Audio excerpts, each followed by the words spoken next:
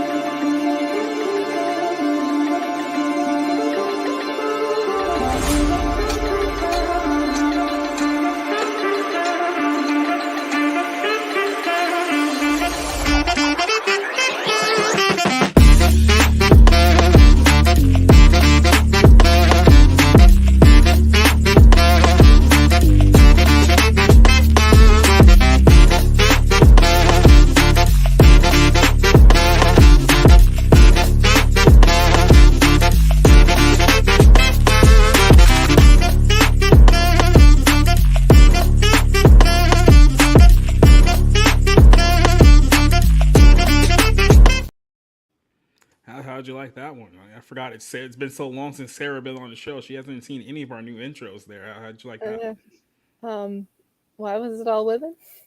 It was just the theme that I went Okay. I'm with. loving I'm loving that intro. Oh yeah, you should see our old intro. Our old intro was terrible. It was awful. Like we make fun of it now all the time because that one's like so much better. But yeah, that old intro was rough, and we went with that one for like 50 episodes.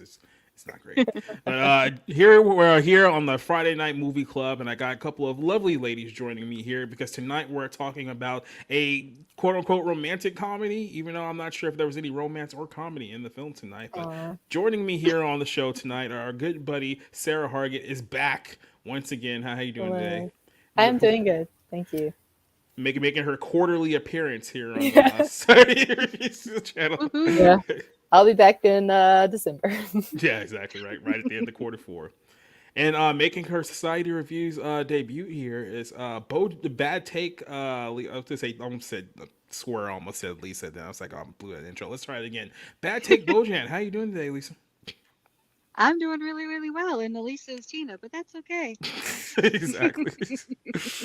But Yeah. you know what? Call me anything, depending on the stream I'm on. I'm Tina, I'm Trina, I'm Nina. I've been Mhm. Jane Theory a couple of times, so it's Oh no, the Jane yeah, Theory those one are was the Jane Theory one was great because I think that actually bothered both of you guys. That people complained that you sound just the same weekend.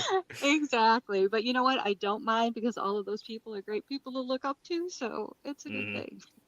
Yeah, maybe I'll ease Jane back into the YouTube world if we just do like a straight up movie review and just talk about nothing else outside of that. Maybe we can bring her back. I don't know. Well, We'll she figure. did. She does keep telling Scott that as long as it's something that we enjoy, like when House of the Dragon ever comes on again, that she's not gone forever. She just wants to talk about good stuff.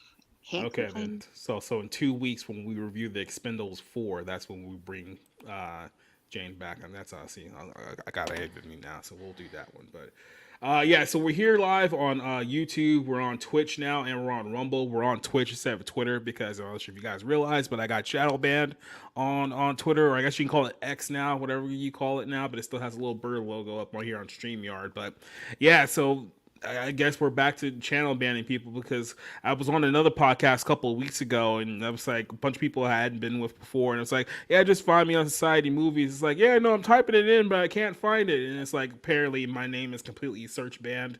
Can't search for it on there, and you also can't find any of my posts through the search as well. So it's like, oh, great, that's great. So whatever I said somewhere in the last month or so got me on Elon Musk's bad side. So yeah, we're new Twitter, just the same as the old Twitter. So, like, I wish I could figure out That's not exactly bad. what I said that angered them, but I said something, so Did I'm you back on. diss Elon? I may Because that have, might do it. I may have, or maybe one of his friends who I didn't know was his friend, or maybe it was the fact that I called out the fact that he hired that World Economic Forum stooge to run the site, and I said, oh, this is probably a bad idea. And then lo and behold, second she got hired, it's like, oh, you're silence. It's like, oh, that's great. So yeah, I definitely won't be eligible to make money trolling people on Twitter or outrage farming, which I'm pretty sure you've got. Well, maybe not Sarah as much, but I'm pretty sure you noticed so many people now are just like saying wild, crazy things for like engagement now because that's how they get paid on the site. So everything's great. Yeah, it was That's pretty nice. sad. Yeah, so that's been going on. But outside of that, it's been a very, very interesting week. We had a whole bunch of things happen on the channel that was pretty crazy. We had some new people join us in on our Monday show and on our Tuesday show. The Ballroom podcast this week was pretty eventful. You had a lot of topics that we talked about. We even had one that one of our guys rage quit on during the middle of the show because he got so emotional about it. And it's one of these topics that actually I'm surprised it hasn't really gotten that much traction this week. So I thought that it was gonna blow up, especially given the content of this film and the implications as far as like Oscars go. So I wanted to shoot this one towards you guys here. Have you guys heard of Emma Stone's new movie? Now, Emma Stone has a movie that's getting Oscar buzz right now called Poor Things. And everyone's talking about how this is going to be the film of the year for the Academy Awards. They're talking about anywhere from 10 to 14 Oscar nominations for it like this year. And everyone's raving about how great it is. But when we read the description of what the film actually was, the entire chat start posting like red flags because they noticed that there was a lot of disturbing content that was being presented here. So I'll make the case to you guys. You can tell me one way or another what you think about Emma Stone's new film. So like I said, the movie is called Poor Things, generating all this Oscar buzz. Now, on face value, it's described as a feminist retelling of the Frankenstein movie, but when you go deeper into the story, it's a lot worse than that.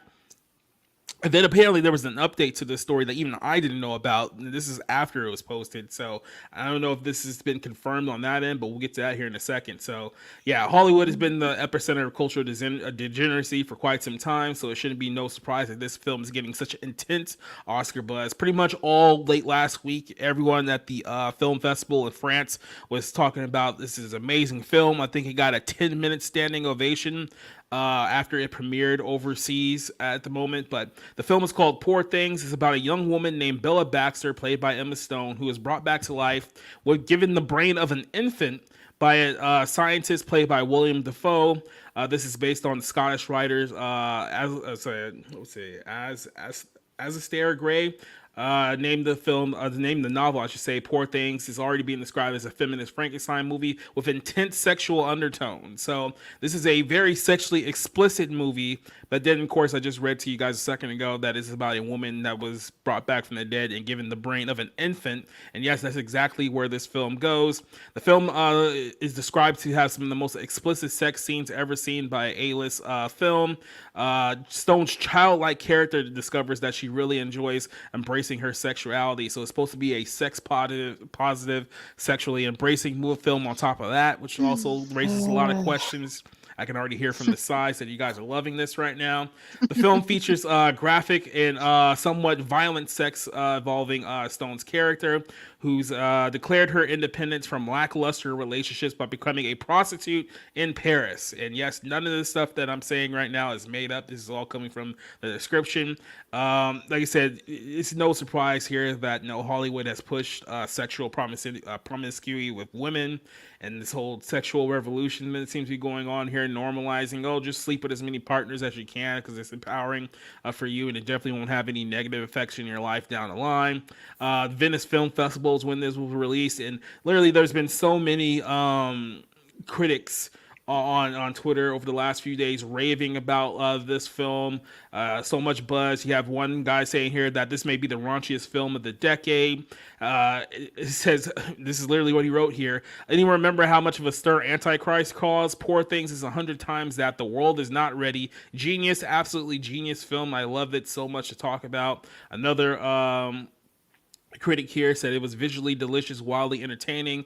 Emma is pitch perfect and remarkable as Bella on her journey of liberation and equality. So I forgot to mention here, there's also an element of fighting the patriarchy here, because Of course, apparently there is. the creature here surpasses her creator, and when the men try to control her, they realize that they can't, which is like more feminism just dropped on your head right there. So this is what is being called as the best movie of the entire year. Everyone is raving about this film, and reading the description, you have all of the elements of pedophilia, necrophilia, sexual immorality, whoredom, harlotry, just all rolled into one. And it should be no surprise to us that this is the film that Hollywood is raving about so far this year. So we made this joke literally earlier this week on the Barroom podcast, but it took literally borderline pedophilia for someone to knock Ken off of his off of his mountain, because everyone had been raving about Ken and Barbie here for the last few weeks, but apparently that's over with. So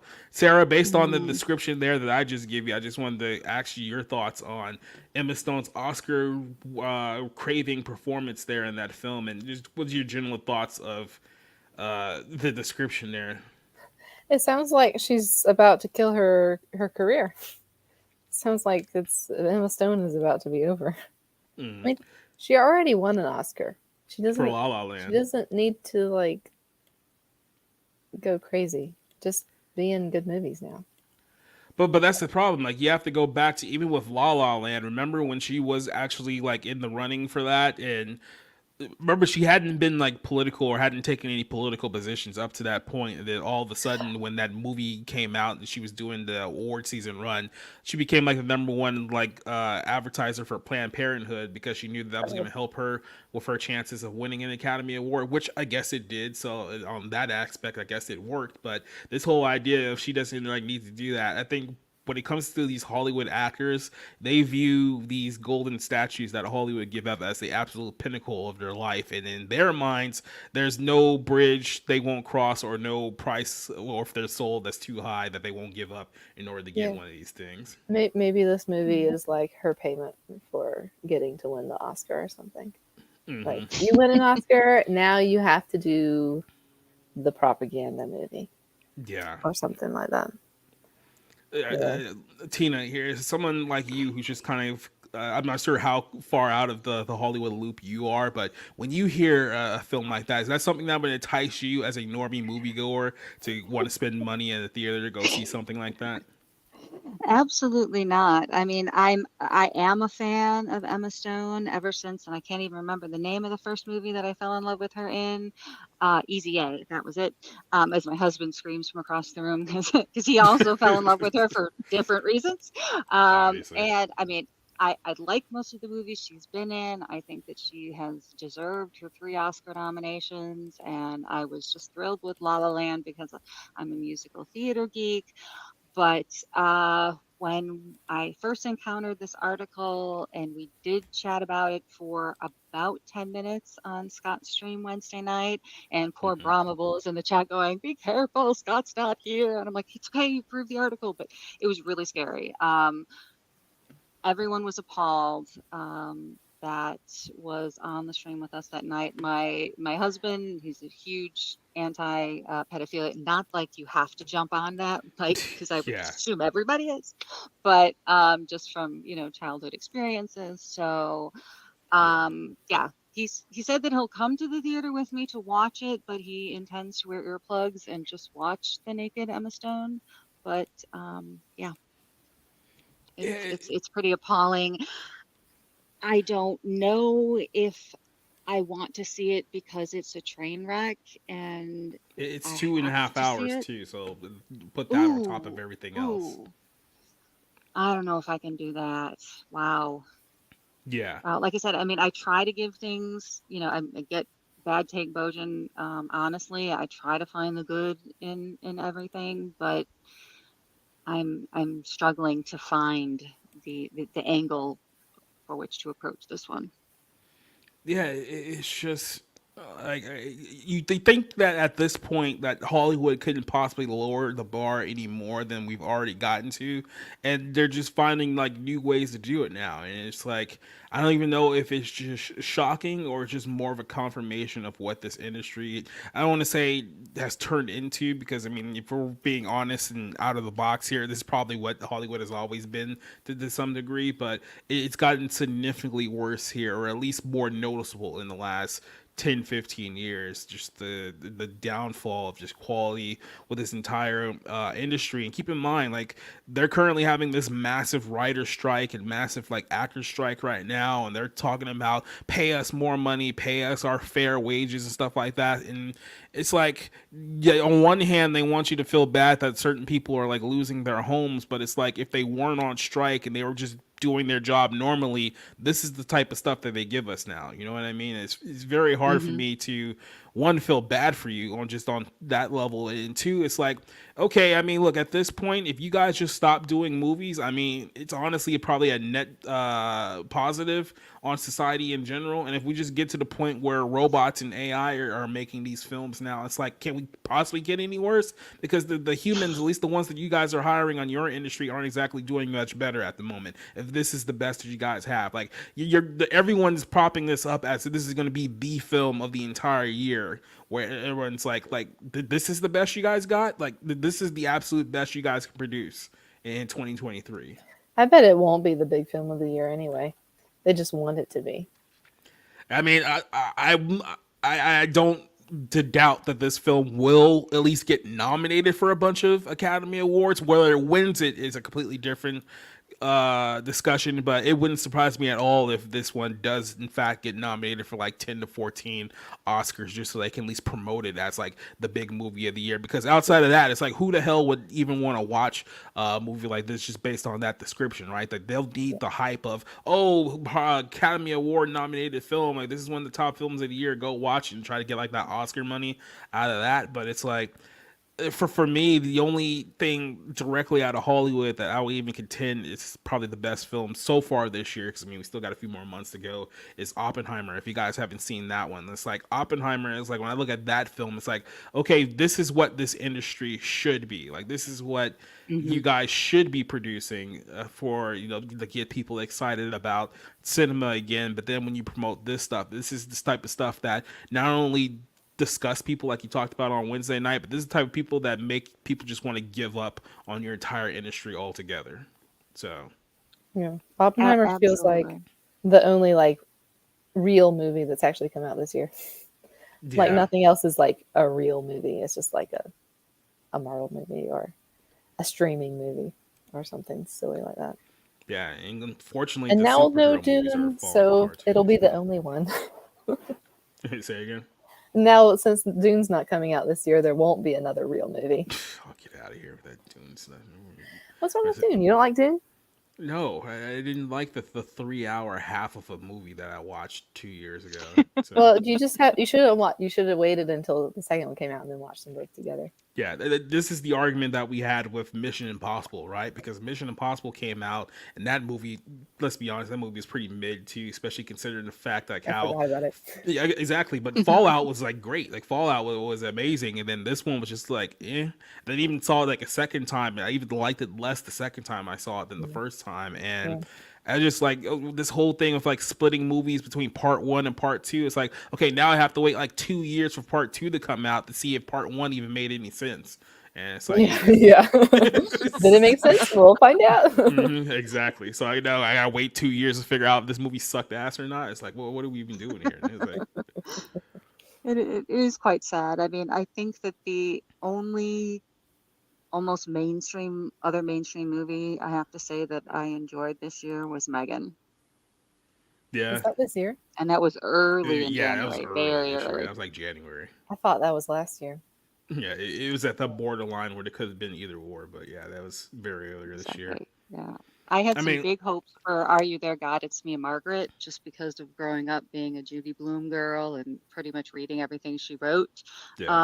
for kids and teenagers. But it was a cute movie, but it was definitely a sleeper. It didn't have high appeal.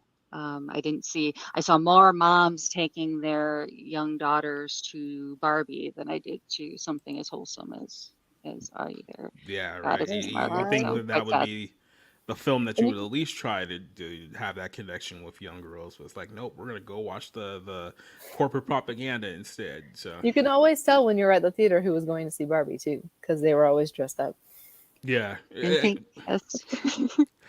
there was My people like 3 weeks after that movie came out, and they were still all wearing pink. And I was like, at what point is it okay to start throwing rocks at these people? Like, at one point do we just be like, okay, now like you've had your fun, but like move on?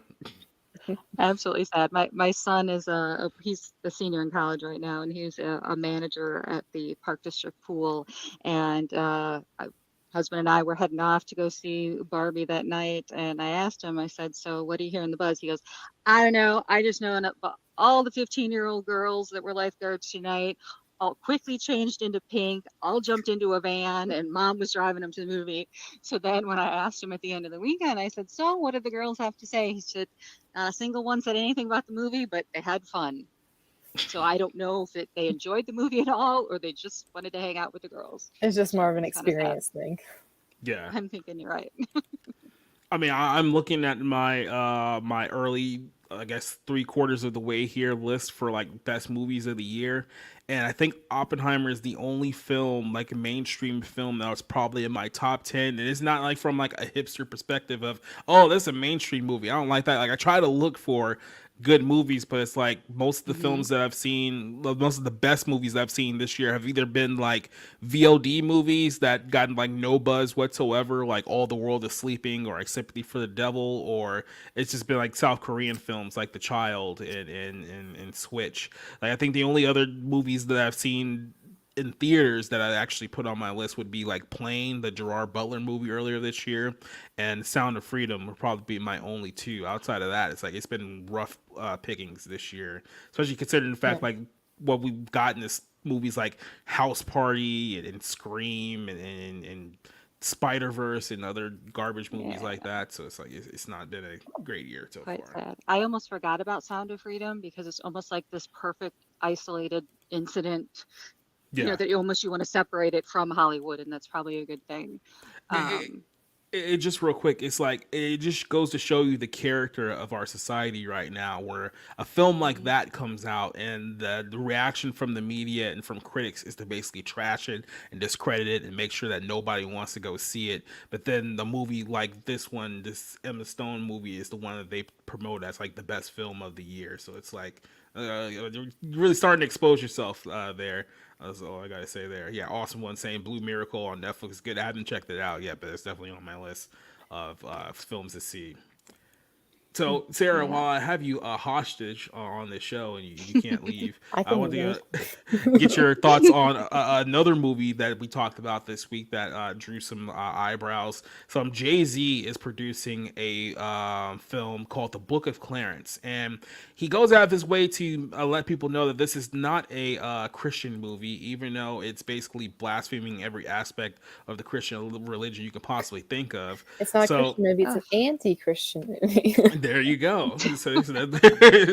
We've created a new genre. Now we have Antichrist films. But yeah, Jay Z is uh, not beating the allegations that he's part of the Illuminati with this whole thing. So the best way to describe this film is that the Book of Clarence is about a reimagining of the time that Jesus was, of course, alive right before his crucifixion, and it takes place in a Israel that is all black because a lot of the black Because of Hebrew course it is. Israelites, a lot of the black Hebrew Israelites, who are, most people will agree are a hate group at this point in time, believe that everything about the Bible actually revolved around them, and that white people took the identity of Jewish people to erase black people out of history. So Jay-Z got a few people to make a movie to reflect their vision of Jerusalem and their vision of the Bible in that aspect. But the film is essentially about a drug dealer. Shocking, there's even drug dealers back in that time. So who uses the popularity Oh of Jesus no. Christ for his own financial gain. So he sees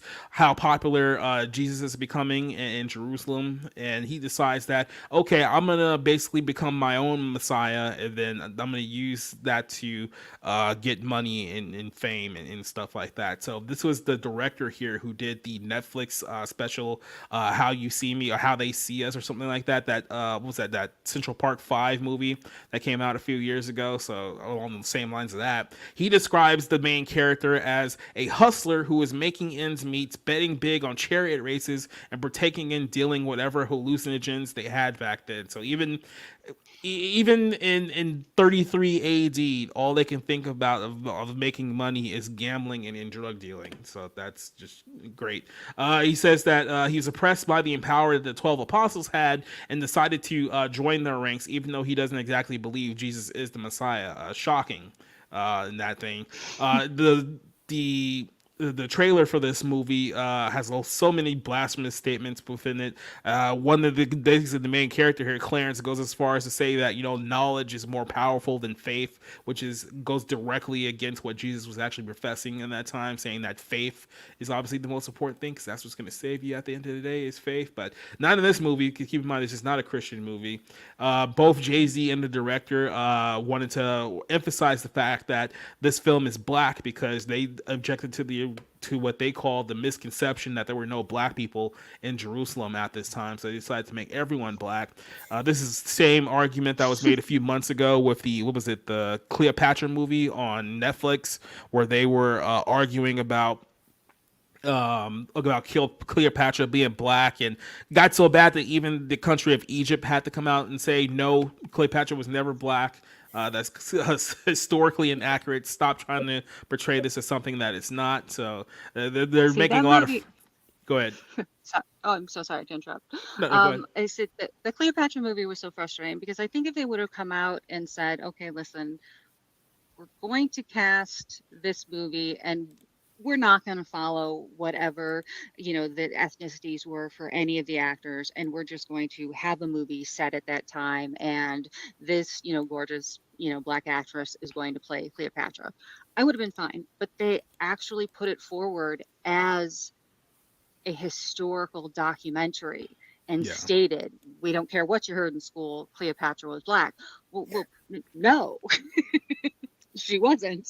There Yeah. may have absolutely been, African pharaohs, and that's totally cool.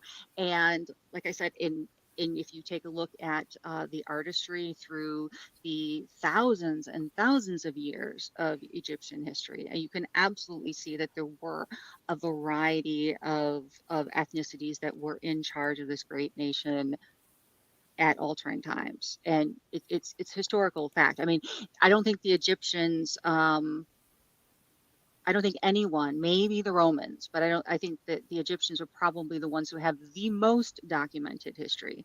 So to argue the fact that Cleopatra was anything other than Macedonian is ridiculous. Yeah.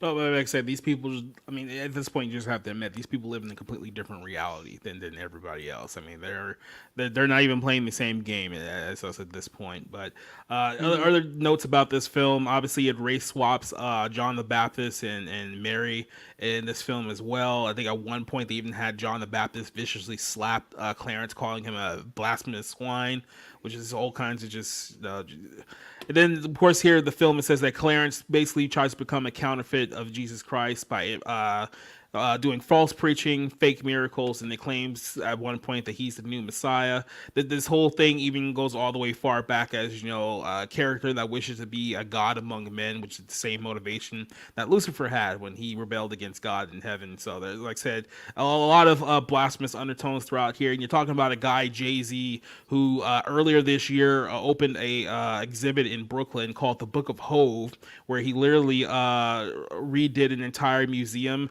and created his very own book of Psalms, which is basically just like 30 years of his lyrics displayed as if they're biblical scripture from God himself. So this is the Oh, type of people jeez. that you're dealing with in modern entertainment now. Like I said, Jay-Z is never going to beat the allegations that he's a Satan worshiper, that his wife is a pagan goddess, and all that good stuff. So, Sarah, I just want to get your thoughts on this foolishness known as the Book of Clarence here, and kind of your take on that film. Sounds pretty silly. I mean, they're not even like going the way of Hamilton and just being like, we're gonna do like a black remix of it, of the history or whatever. They're just like, yeah, I don't know. That sounds very silly to me. Yeah, I don't know. and like I said, he went out of his way to make people understand. Hey, no, this is not a Christian film. It's like, oh, really? Because for a second there, I was thinking that maybe you weren't blaspheming Jesus Christ, but Yeah, like what is the point of what he's trying to do? He's not trying to make it like convince Christians of anything. What is the he point? wants to. It doesn't even make any sense because clearly he's trying to Yeah, play off of a biblical story, but obviously he doesn't want the people who would know the biblical story, hey Christians, to actually go see the film. So it's like, who exactly is this film for? Is this yeah. just for the black Hebrew Israelites out there who believe that they're the real Jews and they're the real Arabs and all this other nonsense, or like It's what are just to you even like doing? it's just to satify the demon that's screaming in his ear. Make this Hmm. movie, it'll be good. Yeah, and we're not even talking about his wife. Yeah. By the way, this is Beyonce here, who's dressed just like a pagan goddess here, who's literally having a bunch of women worship her around her. So I mean, yeah, there's definitely no demonic undertones with this family whatsoever. So don't look into it any further. It's probably just art, bro. Tina, any thoughts on this before we jump over to our film here? Absolutely frightening. I'm disappointed in Benedict Cumberbatch and James McAvoy for even thinking of being in this movie. Hmm. Yeah, apparently, according to IMDb, Yeah, they're both it's in it. frightening. And I plan to counteract this movie by going to see Journey to Bethlehem, which is going to be a gorgeous musical set to the Nativity story, and it's coming out in November, and that's where I will be, and not at the Book of Clarence. Yeah, I mean, literally, you can counteract this by just watching literally anything else at this point. So, Very sure. yeah, I mean, like I said, this is type of stuff that you're getting out of Hollywood, and then they'll go throughout the week and stand on the picket line saying that, oh, Warner Brothers isn't paying us enough money. It's like, you can argue they're paying you too much money as it is. So maybe here's an Yeah. argument there that you probably deserve less. So I don't know, man. It's just Sad, sad. it's sad that this is the sad state of affairs that Hollywood has come to, and unfortunately, it's not gonna get any better because now we have to talk about our movie of the night, which is My Big Fat Greek Wedding 3. So, Sarah, you had mentioned that you had watched the first film a long, long time ago. So, Mhm. what's kind of your vague memory of the first My Big Fat Greek Wedding film? Lots of characters doing stuff. It was a really long time ago. It was probably one of the first like rom-coms that I ever saw like as a kid. Like Hmm. I'm pretty sure I was like young when I saw it. So I remember like people sitting around in a restaurant like arguing, the family arguing a lot, and it was kind of like lighthearted, and I enjoyed it, but it was before I appreciated movies. So I have really no idea if it was any good or not. Tina, do you have any recent recollection of either one of these two? The first two, My Big Fat Greek Wedding films. The first one definitely because it came out at a time when it was probably about 9 months after I had my second son. So I remember it being a big deal for us to, have my parents watch the boys because I would have had two at the time and head out to a movie. And this was one of the movies that we did go see. I grew up in a Greek Orthodox neighborhood in Chicago. It was half Polish Catholic, half Greek Orthodox, and I remember all of my neighborhood friends had, Greek school on the weekends, or they had Polish school on the weekends, and we were like the only ones out playing on a Saturday. So I was big into the culture, was very excited to see the movie, thoroughly enjoyed it. I thought that Nia, and I always pronounce her last name wrong, but Vardalos, um, uh, was absolutely charming. Loved the fact that the story came from her and, a mirror of her life. And I absolutely adored everything about it. It was funny. It was quirky. All the ethnic jokes were hysterical because this was my neighborhood. These were the weddings. I mean, I was literally 2.5 blocks from the big, huge Greek Orthodox church. So these were the weddings we saw, every weekend. So I really, really enjoyed the first movie. Yeah, so here's my, because like I said, I'm pretty much in the same boat as Sarah. I remember watching the first movie, but it was so long ago. I just remember the setup of the film being that she was going to get married to her husband in this film, but because he wasn't Greek, he had to deal with her family, and her family wasn't exactly approving of him at the time, so he had to kind of like win the hearts of her family, and it was just like kind of like a whole mess because you get to see, well, this is what Greek families are. They're a very tight unit and things of that nature. And then and then you have to remember, like, the first film was a smash hit, like, at the time, like when it came out. I think it was like 2002, I want to say it came out. It was Hmm. only made off like a $5 million budget. It ended up making about like $375 million, which is an insane return. It got a whole bunch of award nominations. I'm not sure if it won any awards that year because I just don't remember. It was a while back ago. But like I said, it was a big hit at the time. So big that what's her name here? I want to make sure I get it right. Nina Vardalos or Vardalos. For Dallas, I think I'm not good with my Greek pronunciations, but it's Nia is her first name. Yeah, look, if you watch the show long enough, you know I'm not good at pronouncing names, so the Greek names are just definitely not going to make things any better. But yeah, so she tried to do a TV show like I think a year after the film came out, and it just didn't work. I think it only lasted like Oh, seven, nine really? episodes, and then got canceled. So when that Yeah. whole thing failed, I think after a few other roles she tried to do, which didn't really take off at all, she was on, what was it, SVU for a number of years, and that was pretty much her career up to that point. And then Hmm. 2016, she comes out with My Big Fat Greek Wedding 2, which, as you all know, was an amazing film. So amazing that nobody even remembers that movie ever came out. So I don't even remember what the second one was about, and apparently nobody else here watched it either. So I did something. see the movie. I just don't remember what it was about. Think, I I mean, because as far as the story was concerned, by 2016, her daughter was already like a preteen as a character. So I want to say that it maybe her parents were renewing their vows or something because I remember it was an older couple that got married Hmm. and Let me. that was the wedding in there. But my Who's getting husband doesn't married? even remember seeing it. Go ahead. Sorry. No. I was just finishing it. That my husband, Um, he doesn't remember seeing the movie. He was the same thing. He was like, there was a second because I'm kind of surprised this is the third. And I'm like, I know we saw it, but So who's getting married in the third one?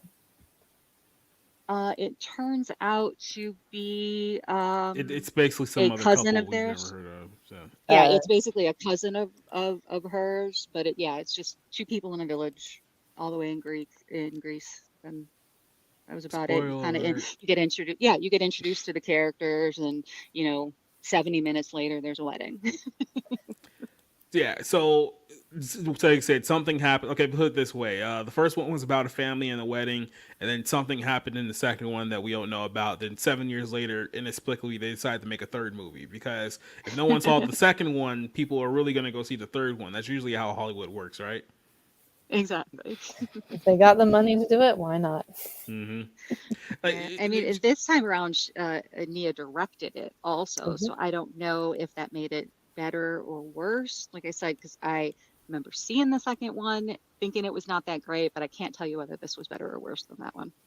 yeah, see, it's been funny that you mentioned that because I just always assumed that she wrote and directed these, but apparently no, she just wrote them. She never directed them until this movie, and yeah, you can tell that was probably not a great idea to do that because So the setup of this movie, obviously, it assumes that you've watched the last two before this point. Because if you have no idea who these people are, or what their connection is, you're gonna be lost like right out of the gate. So yeah, it's one of those movies where you kind of have to know who the people are to kind of emotionally connect with them. Because otherwise, you're just gonna be lost right out of the gate. And the setup here is that the patriarch of the family, Gus, played by Michael Constantine, who I believe died the year before they were supposed to start shooting this movie.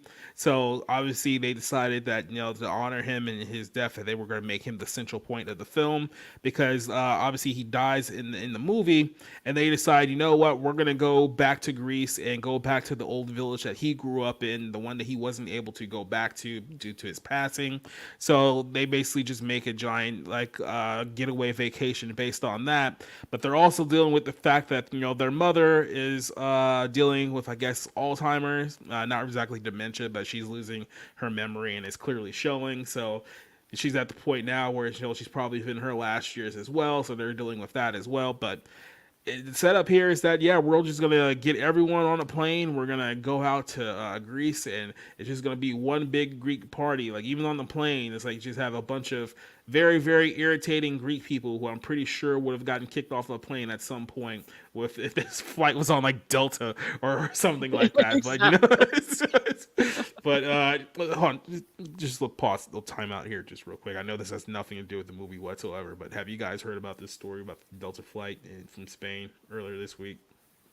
No, not at Wait, all.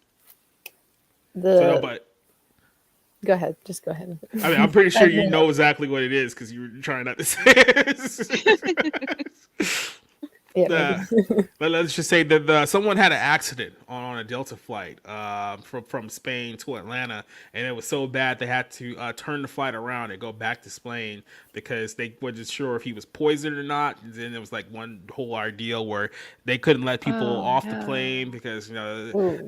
because it was a very let's just play a very bad situation. And then someone took a video of the plane after they had finally gotten everyone off the plane, and it looked like a brown massacre. You know what I mean? It's like it looked like Wow.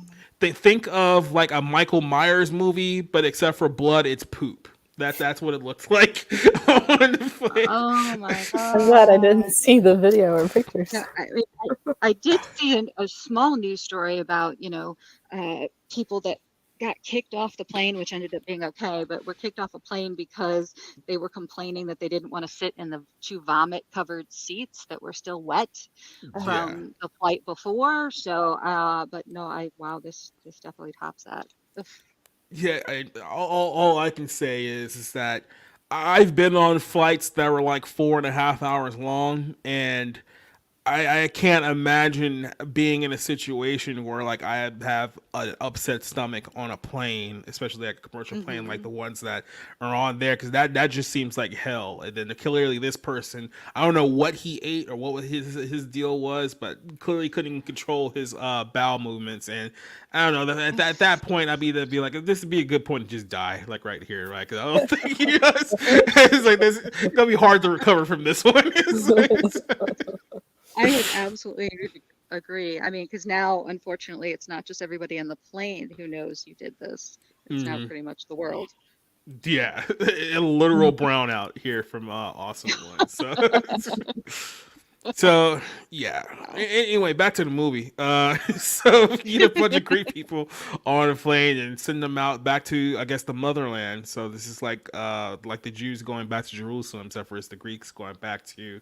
I don't remember the exact city of where they were going here. I just remember that it was somewhere in Greece. But like I said, they're there to honor their father and to go back to this village. And when they get there, they're greeted by the mayor of this very very small town, a mayor who won her election because literally only one person voted for her. Like that's how that she won the election of the entire town. The only person that voted for her, and now she has to run everything. And I got to be honest with you, she's the only person in this entire film that has any kind of personality whatsoever. I forget exactly her name. Her name Victory is her name. She's Victory, the yeah. only person she's the only person in this movie who has any real personality in this film that makes things memorable. Because outside of that, it's basically just here's 90 minutes of my really annoying Greek family. Like this is a bit that worked 20 years ago when it was wholesome, but it's not nearly Hmm. as wholesome this time around. What did you think of just kind of the basic setup of this movie here, Tina? Yeah, I thought that the idea of the fact that they were going to, bring father's diary, to his friends.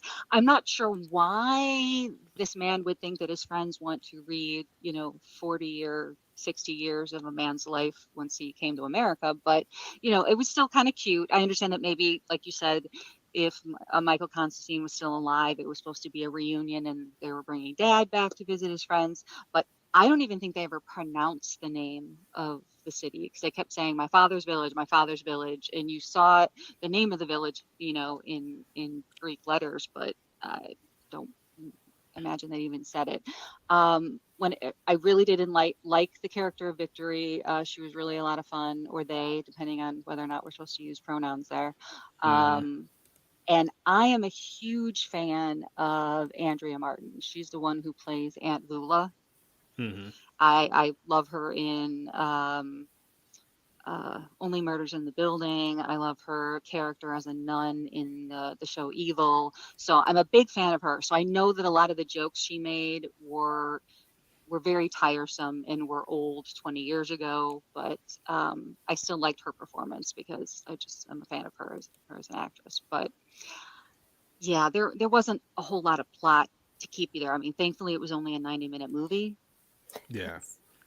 Yeah, yeah. Like I But said, that's wow. literally the best thing about the film. Like, first of all, the character of Victory, I guess the actress, her name is like Melina Kotzlu or something like that. But yeah, she's one of those like she they, so she obviously doesn't exactly know which one she wants to go as here. But when I remember like when I saw her on the film, like my first notes was lesbian mayor, and I just wrote that down because that's basically what she looked like. But like I said, in all honesty, she was probably my favorite character in the film because she was the only one Hmm. that had something about her that made her stood out from like the rest. Because it's like the older characters, like I said, the film's assuming you know who these people are, and you kind of like know their backstory. So there's really nothing interesting about any of these characters this time around. I mean, the Nina and her husband in this film, like I understand they had a big arc in the first movie because it was all about their relationship, but now that they're like the Hmm. parents and like the head of the household, like they really don't add anything to this film like at all. It's like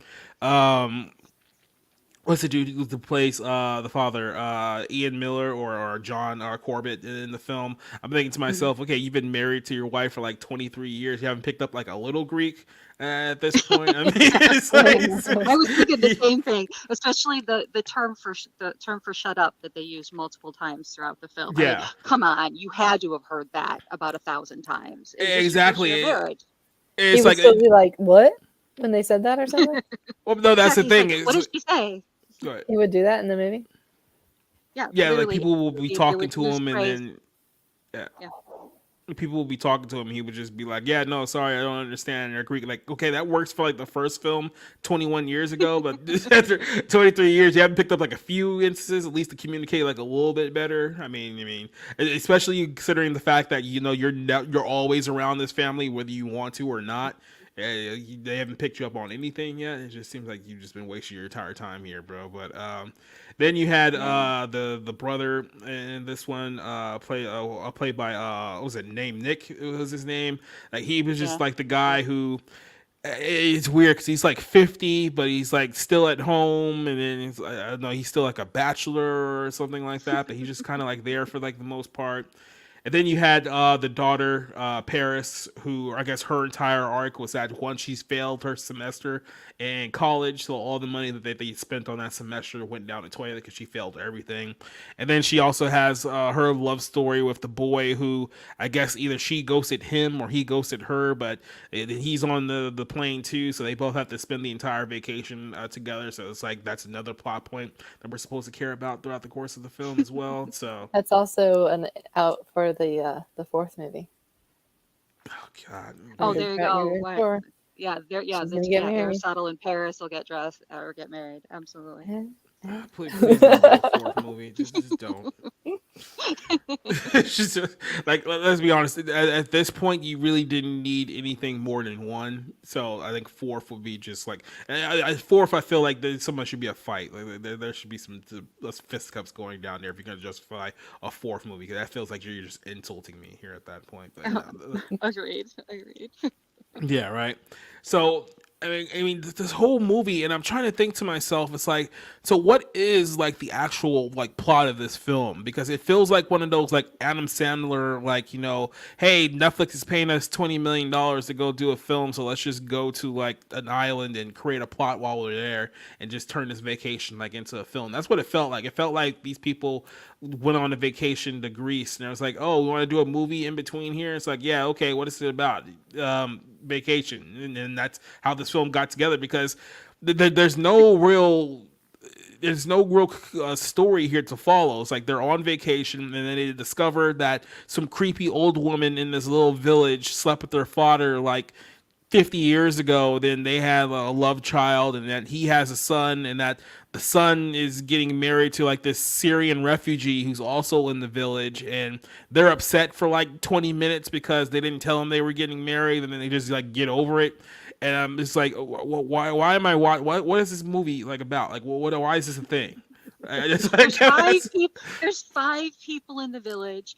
3 of them are youngsters. There's an obvious, bisexual woman, and then 2, a young boy and a young girl. I mean, young is in their, in their early 20s. I'm guessing by just the age that they looked. I mean, you're supposed to assume that they're not dating. I mean, seriously, there are 5 people living in this village. 5.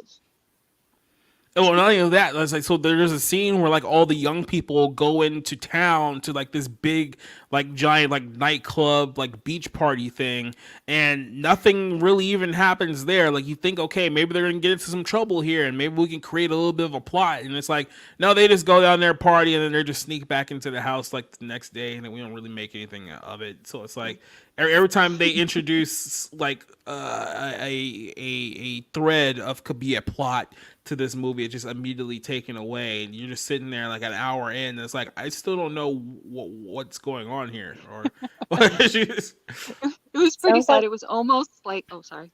no, go ahead, go ahead. It was almost like they inserted the dance club scene into a, hey, this looks like a 90-minute commercial for Come Vacation in Greece. So Mhm. just in case you weren't interested in shopping or quaint little villages, hey, there's some party life here too. yeah. Seriously. Yeah, I was And thinking it sounds like the whole movie is just like filler.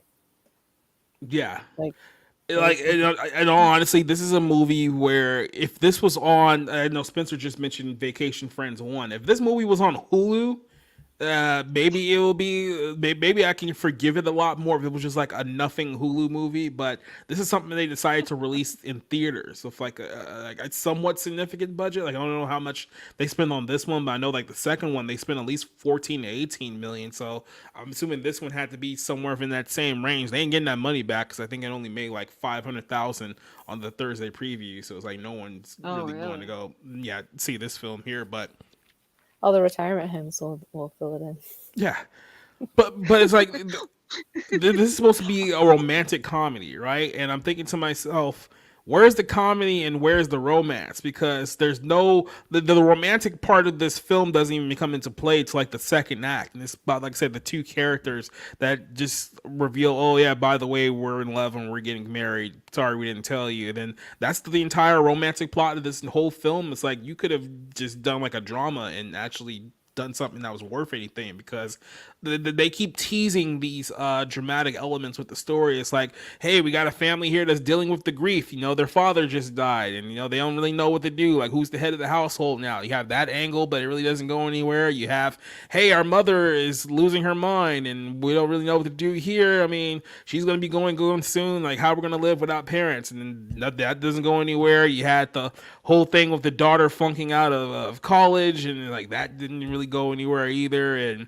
there's so many things that they introduce, but they don't actually pay anything off. So it's just like it's almost like a series of like 10 to 15 minute plots with no real payoff, or just moves on to like the next thing. They should have called it My Big Fat Greek Funeral and then not put a wedding in it at all. and it would still have the name recognition, and then they could have had the plot be more relevant. And then you probably could have like Exactly. used old scenes for some nostalgia too and some filler. So there you go. Hmm. Yeah, Although it's that the might only have, nostalgia filler was the first, just the beginning of the movie, as you're Yeah. kind of panning through, the mother or the grandmother at this point, her house, and you're just seeing kind of pictures on the wall that were scenes from the first two movies, and that was pretty much it. hmm, What were you gonna say, Sarah? uh, something. Oh, if they had capitalized on the funeral, it might have felt more like uh, disrespectful, since the character who died in real life, right? You said that, right? Yeah, Hmm. yeah. Yeah, so that might have felt a little bit too much, like they're capitalizing off the actor stuff, maybe. So I don't know, maybe that was a bad idea. Well, I mean, yeah, but at the same time, if you would have come up with a better movie, I mean, you can't really blame them too much, then, Yeah. right? It Because just seems like they made it My Big Fat Greek Wedding, and then they're like, well, we have to put a wedding in it now, and then that just disrupted the Exactly. entire plot. and then But you don't even so they really could get the have, yeah. wedding either, Yeah, because it's so they could like, have just cut the wedding out and make it My Big Fat Greek something else, and then they could have had something Hmm. interesting, yeah, maybe. but because the wedding of this film, not only is it thrown together in like 10 minutes, but then when you get to the point where they're actually supposed to walk down and do their vows, it's like we're not even going to get the vows here either. It's just like they got married off screen, off to the next scene, and it's like, Mm. is Yeah. that the whole draw of the movie? Is a wedding, and you didn't even build up to that one? Yeah, like dude, Nick And I, said, go ahead. I would say, and I think they could have just titled it "My Big Fat Greek Reunion" because the TV series was "My Yeah, Big Fat Greek Life." there you So, go. I mean, Yeah. it would kind of follow it could kind of follow the story there, and they could have left it as a reunion. But the fact that the reunion that was supposed to happen didn't really happen because nobody was invited until these crazy relatives come and track down a bunch of people. Yeah, so the It way that didn't this make whole any sense. thing, so the whole way that his whole thing goes down is that they're at the village and they realize no one's coming to the reunion, so they call Joey Fatone and his wife to come to Greece and I guess go find the people who used to live here, and so they have to go from Chicago to Greece to get the people to go to the reunion that's going on at their place. It's like, why didn't the family who's already there just go? Like, why did they have to reel this other, like it felt like they had to find some kind of way to bring Joey Fatone's character back into the film somehow. So it's like, oh yeah, you can just be the middleman who makes these phone calls and digs up the old people and tell them that there's a reunion thing happening and to come back. It's like, because outside of that, you could have just cut them out of the movie entirely and it really made no difference whatsoever. Agreed. Yeah, it's just I don't. Like I said, I felt myself. It gets to one of those points when I'm like writing like my notes for this film, and even at one point in my notes, I just feel like there's nothing like to talk about here, like in this film, like not even to like critique. You know what I mean? It's like just one of those films where if it's like a really bad movie, there's like several scenes you can point out, be like, oh, this sucks and this sucks, and here's what they were trying to push here, and then this didn't work, and then like I'm just watching this movie, and it's like I got nothing. Like there's just nothing going on here. It's just, like what do I even do here in this film? Well, my husband was really Yep. upset over the spring that had gotten, there was an accident or an avalanche or construction or something prevented this spring from flowing water into this gorgeous fountain in the middle of town, and somehow that's the reason why the entire town is desolate. Mm-hmm. So 12 people climb up a hill and start pulling some stones away from this big rock Not pile, even some and songs. It all of a was one sudden, rock. yeah, It was exactly. one rock. And I'm laughing. I'm like, so in 20 something years, they couldn't have found somebody to move this rock, and then all of Mm-hmm. a sudden there'd be water again. Yay! So you're trying to tell me like the five people who live in this village, they couldn't move one rock in order to get drinking water again for 2 decades? Because it wasn't like there was like a god made drought in this whole place. It's like you literally just had to move a rock, and you guys were just too lazy to do it yourselves.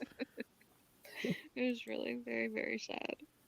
Yeah, I mean, like I said, this is a movie that would have been great on like Tubi, but as a feel, because I mean, with Tubi, it would have been like, okay, the stakes are so low that if it at least somewhat entertains me for 90 minutes, I can give it a pass. But no, like this is, like I said, as Duke Nukem said earlier, this is an absolute cash grab here.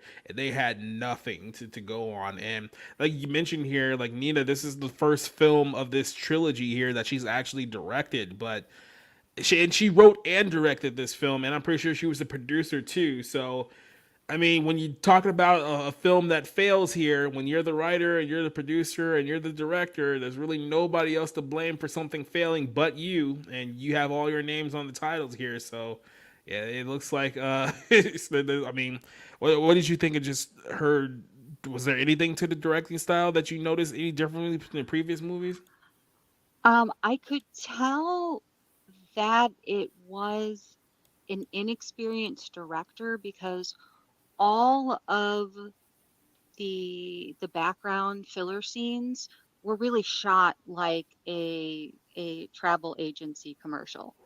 You would just see some pans of beautiful white buildings in Greece and some pans of water, but nothing to connect to the village or say, oh, hey, this, we're this far away from here, or there's a reason why I'm showing you a picture of this mountain because it's going to be significant later on. It's nothing. It was just pans of, I mean, Greece looked beautiful. That's all I got out of it, really. But they didn't tell you anything about the country, about the village, about any. I mean, there was a well shot scene where they kind of alluded to the fact that the old lady in the village, was cooking for and taking care of, Ukrainian immigrants. But they didn't throw it in your face until the very end when they brought it up again. So I Mm-hmm. thought that was shot well and incorporated well, but the rest of it was pretty unremarkable. Yeah, just real quick there on that. Like there was like this whole kind of like anti-immigrant kind of commentary that was going on at some point in that film, but I was just thinking to myself, was like, this whole thing is completely like unearned. Like we're supposed to be like sympathetic or angry that the girl is Syrian. It's like I said, you're in a village of like three people, and he found like literally the only other woman in the entire village that he wanted to marry. It's like, is that supposed to be a problem within this community? Like it doesn't even compute to me what the message you're even trying to go to here. Yeah, and in the entire, I guess, the summary of the plot, at least from the Greek side of things, was that this mayor wants to have this reunion so that people will come back, remember how much they love the village, and then people will move back. Or they'll somehow invest in the village. Maybe they'll come there, live there part time, be snowbirds, whatever the story is. And then all of a sudden at the end, she realizes, oh my goodness, we have a village full of buildings and there's a bunch of Ukrainian immigrants. What if we invite the immigrants to come live in our village? No shit, Sherlock. I mean, why is this piece Yeah. of inspiration in the last 10 minutes of the movie? It was absolutely ridiculous. Yeah, I mean, this movie is just so forced on so many levels here. It's just like I say, it gets to a point where the film has no soul. It's largely directionless. It's basically throwbacks to characters that I guess people liked in the original movie 22 years ago, but at this point, the plot really doesn't revolve around them, so they're just kind of there for the most part. So like this whole thing just felt like somebody pitched an idea for another movie and didn't have an idea for that film, and then this is what we got here. So like I said, there's one character in this whole movie who stood out to me, and even probably outside of that, probably would have just been an annoying film. There's no real plot here. As a writer, director, producer slash actress, Nina absolutely fumbled the ball hard on this whole project here. Like I said, there's not even much for me to complain about this movie. It's just it's a movie that happened, and that's probably the best. That's probably the best thing that I could say about this. Sarah, do you have any questions for us before I go give my review? I mean, my rating for this one. No, it sounds pretty straightforward. I guess I won't be seeing it. Doesn't sound very interesting. I know you're emotionally devastated by the fact that you're gonna miss this I movie, might but rewatch the original though. That's kind of my takeaway is I should rewatch the original. yeah. Maybe go back and watch that second one that you forgot existed too. Just go back for that for reference.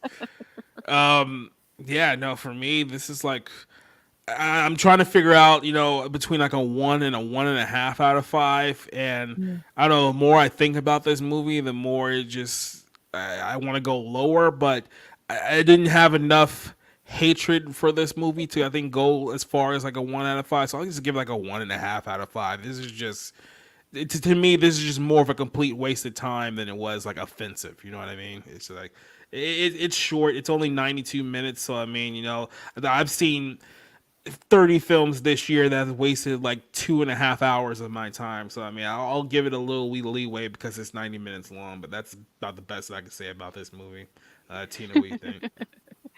I go back and forth between a 2 and a 2.5. I'm pretty generous with my bad takes, so I loved seeing Andrea Martin again. Like I said, I thought that the new character dealt with her being bisexual, binary, whatever you want to call it, really well Weirdo. because they just said, "Oh, you're a little different and quirky. I understand that." And then at one point she danced with the men's side, but then she did other thing with women. So it wasn't like they were really throwing things in your face in terms of it being woke. And I appreciated the positive family aspect of it, even though most of the jokes were lame and have already been told twice. So like I said, I go back between the 2 and the 2.5, but I know I'm being generous. I didn't hate it, but I also don't recall laughing very much. And I was glad it was only 90 minutes. I didn't look at my phone, which I've had to do multiple times, this year during the movies. So I know that it didn't overstay its welcome, but when it was all done, I was struggling to find out what the real plot was. It was just a series of things that happened in a row. You, you know what this film is? This film is essentially like one of those, like when you're at work and you have to do like the eyeglass safety video and the quiz that goes along with it. You just like have to sit there and watch the whole thing just so you can answer the question right and move on with your day. That's pretty much what this film is. This is the safety video of cinema. It's that's the best. There you Uh, go. Or a really expensive commercial for going on vacation to Greece. Yeah. I mean, hey, if Greece paid for this film, then yeah, I can definitely see it. But so yeah, if you love Greece, just go to the beaches. Don't go anywhere where people are like rioting because their paper, the money's not worth much over there. So don't go to that side of Greece. Go to where the beaches are pretty and you can go drink all over the place. 'Cause that was also another running joke where everywhere it's like just give you free shots and you're expected to drink it and yeah. Yeah, my husband kept reminding me throughout the whole thing, no, you don't want a vacation in Greece. The country Yeah. is falling apart. You can't go there. I'm like, oh, okay. Mm. That was the It's only been good like thing about it. And it's been like that for a while. Like I said, they have to show you like Right. the touristy side of Greece and not the Greece that where they're throwing Molotov Hmm. cocktails at like the federal building and stuff like that. Don't look at that Greece. Nobody wants to look at that side of the country. Just stay at the beach and don't go anywhere else. It's like Exactly. Brazil, except for even in Brazil you can't go to the beach. You'll still get robbed out there. So Oh, exactly. he said I had a training for a job every year. This is exact. Yeah, 5 years in a row.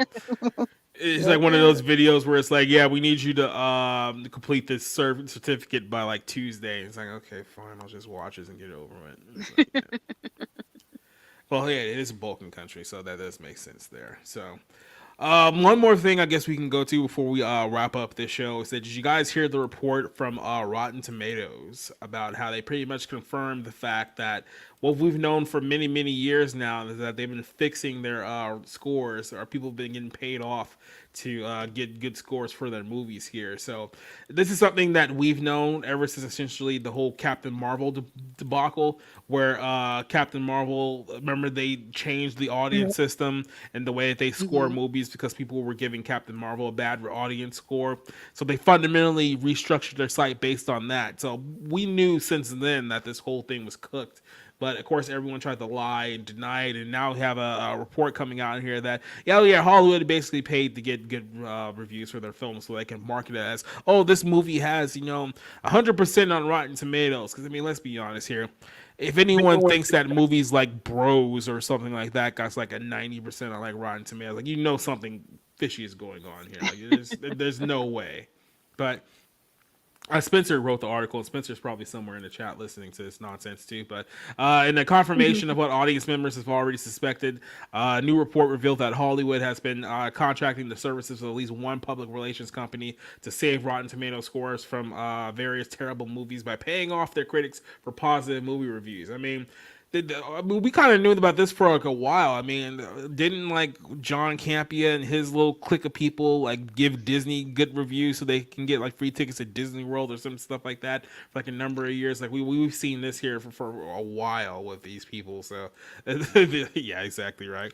But the story here goes. Okay, yeah, make sure it's still on there. A story here goes that this apparently operation was first brought to light on September the 6th with a extensive deep dive by Vulture's from Vulture, Lane Brown and Luke Winky. It says here that the PR company Bunker 12, there's Bunker 15. Bunker 15, I don't know why I'm butchering these names right here, boosted the company's offer innovative media planning, editorial support, social media advertisement, and automated promotional engineering to help your film reach your top with critics and influencers. They have been hiring a small number of small to medium-sized films to save their reputations by artificially boosting the respective of these Rotten Tomatoes scores. Dealing with their activities, Brown explained, why most PR companies aim to get attention of the critics from top publications, Bunker 15 takes the more bottom-up approach by recruiting obscure and often self-published critics who are nevertheless part of the pool of tracked Rotten Tomatoes people. So keep in mind, Rotten Tomatoes over the last few years have tried to diversify their critics criteria by just having a bunch of just random people you've never heard of ever in your life. Well, it's like, well, if they're diverse, if they're black or a woman or Hispanic or they got one leg and they're bisexual or something like that, you can get on Rotten Tomatoes now.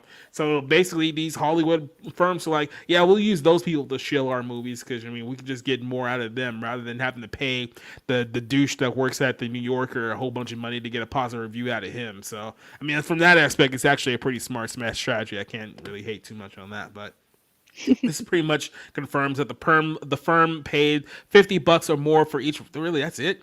I get paid more for my reviews. Yeah. You guys getting ripped off. A practice which explicitly violates the site's own expectations for both advocates and approved critics to honor their journalistic integrity. Get out of here. You guys never had any journalistic integrity. Get out of here. So, I mean, like I said, Sarah, we've been around long enough to know that people have been fudging the numbers on a lot of these shows and a lot of these movies, especially when it comes to the difference between the audience scores and like the critic scores, and the fact that, like I said, 5 years ago they manipulated the audience score so that there wouldn't be such a discrepancy anymore. Where it's like, why is it that the audience thinks that this movie's 99 and the critics say this is 11, or vice versa? It's like we knew something funny was going on here. This pretty much confirms what we've already known. Somebody said earlier this week the only difference between conspiracy theory and the truth is time. So, what is your quick thoughts on Rotten Tomatoes getting exposed here? Yeah, there was a time, probably 10 years ago or more, that I did the Rotten Tomatoes. I was like Rotten Tomatoes every day to see the news and to see what movies I wanted to see and all that. And at some point, it just kind of like clicked that that was not a good idea, and then I never looked back. And I'm not surprised at all. I think they probably were better back in that day, but have certainly it's not even worth looking at anymore. I'd rather look at IMDb for honest reviews than Rotten Tomatoes. And they're trying to get them to fudge those numbers too, because they don't like that. Those numbers are probably more accurate. But at least those people are just like, that's just a bunch of users, and you can can crash it and you can like do spam reviews or whatever. And every movie is like 6 because it all averages out, but it still feels a little bit more honest than Rotten Tomatoes. Tina, what do you think here? I've never really put a lot of stock into most of the review sites because of the fact that I've got such quirky taste to begin with. But I did find it amusing that for My Big Fat Greek Wedding that the critics hated it.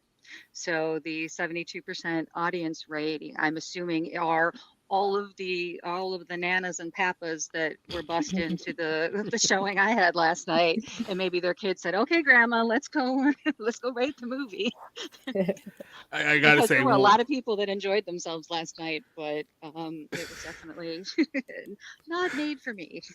I gotta say one thing. The people in the comics on our Bounding in the Car comics article thinking the same thing that I did. It's like $50. You guys sold out for $50. You got robbed. It's like it was sold out for at least 200. Yeah.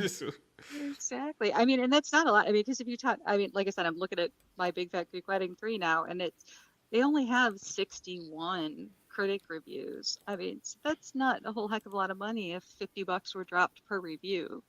Yeah. So Yeah, it's pretty it's, sad. yeah, it's just terrible. But I mean, hey, really, at least we got to review my Big Fat Greek Wedding 3 rather than the Nun 2. Because it's like, Oh, there's no way I'm gonna sit through that That's nonsense true. for another week. So it's like, yeah, that's not what's gonna happen this time around. So Yeah. yeah, Well, so like, I have bigger hopes for next weekend. So, oh, what's next weekend? oh, we are going. My husband and I are going to see A Haunting in Venice. He's a Oh yeah, huge that's the Agatha one. Christie oh, fan, and we've liked the movie so far. I mean, they've had their, their downsides, but overall, they've all been acted very well. So we're looking forward to this one. that should be Fair fun. enough, but yeah, we won't be here next week. So, oh, I guess I should go ahead and tell you guys here before we wrap up the show here that next week we will not be having a Friday night movie club. We're going to be having a Friday night movie night on Rumble and on Twitch because next week we're watching an old classic. It's a movie called Johnny Be Good. It stars Michael C. Hall, Robert Downey Jr. That Oh, will be a. Oh, you're pretty sure you know that movie? oh yeah, oh yeah, good Mm-hmm. one. Yeah, so we're gonna be it's a good one. That's a pun. We're gonna be watching that film next Friday night here on like I said Rumble and on Twitch. So I'll send out a special link for that one, but won't be here on YouTube for that one. But we will be here on our movie night. And no, Rob's gonna be back next week. We'll get Cider back here next week for a movie night. So maybe we'll have somebody else here for a movie night if she's available on a Friday. Isn't that right, Sarah? I have no idea if I'm available. Not even a clue. My brain doesn't go that far in the future. I think I've had some of those weeks here, but so before we wrap things up and get on out of here, I guess I can give you guys the floor here to promote anything that you got coming up. So that means I get to pop this face up on the screen and give you the floor here. So, Sarah, Yeah, I don't have anything to promote. Just follow me on Twitter, HTWAM_Sarah. And maybe I'll post a movie review sometime. eventually. I mean, you're not missing too much here at the moment, so I mean, you don't have to worry too much about that one. So, Bojan, I know it's your turn. I know you got something that you got coming up, right? Yeah, it's something. Well, I'll be on Sparky News podcast tomorrow night, Oh and yeah. Scott took the weekend off, so he's also going to be there tomorrow night, which is great. So I can't say my catchphrase, "The best Scott stream is the stream without Scott," but he will be there. So come and check him out. And what else do I have going on? Oh, the MCU freak that I am, I just received in the mail this week. Look out for The Little Guy, which would be the fictitious book written by Scott Lang from the Quantum Mania movie, if anyone actually went to go see that.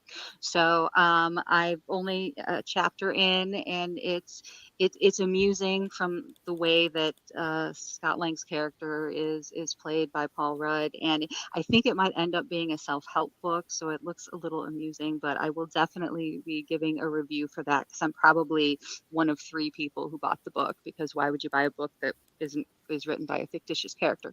But I did because I'm an MCU freak. So that will most likely be my next video when I do get it out there. All right.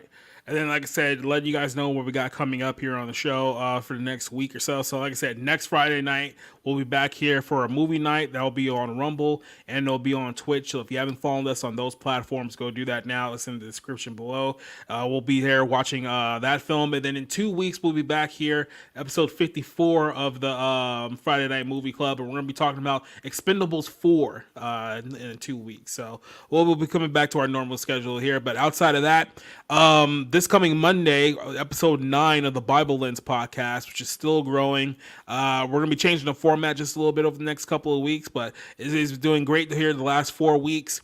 We talked about Islam 4 weeks, last couple of weeks then. We've been doing Catholicism over the last couple of weeks. So now we have to talk about the final piece of the puzzle, and that is Judaism and how they play a major role in the end times here. So we're wrapping up our series here in the next 2 weeks. We're going to be talking about Judaism. So this week we're going to be talking about why Judaism rejects Jesus Christ in a very eye-opening series that we've been doing here for the last, I guess you could say a month or so now. But so check that out on Monday. That's at 8 p.m. on all the platforms. Tuesday we'll be back here on the Barroom podcast. We were at 65 now, if I'm not mistaken. But yeah, we'll be back here, episode 65 of the Barroom next Tuesday night. Then, like I said, you know where to find us out there. So for everyone who joined us here on our platforms throughout the night, I'll go ahead and give you guys a quick little shout out. Awesome One, Duke Nukem, Spencer, who's joining us here throughout the course of the night. I want to make sure I don't miss anybody else here. And yeah, everyone who was with us on Rumble as well too. Because yeah, I would say we're on Rumble as well. But thank you, Sarah. Thank you for gracing us with your presence here for a night. And then I also wanted to thank you, Tina, for watching this film. Even though you and your husband are already going to go watch it, so it's not like you actually put any effort into anything like that. But outside of that, Well, thank you for the invitation. It was wonderful to debut here, so I enjoyed myself greatly. yeah. Hey, well, I mean, we have other shows too. Maybe a Tuesday night if you're open, we can get you on one of those shows as well. So, but until then, we're gonna go ahead and sign off. Don't go anywhere yet, because I know Sarah, it's been a while since you joined us here. But normally we would play like Spring Yard, but we retired Spring Yard like 2 months ago, so we don't have that anymore. Instead, I have a super sweet outro I wanted to show you guys here. So, new outro. Adios. We will see you guys later. Bye bye. Wave to the crowd. Hey. It's over. Go home.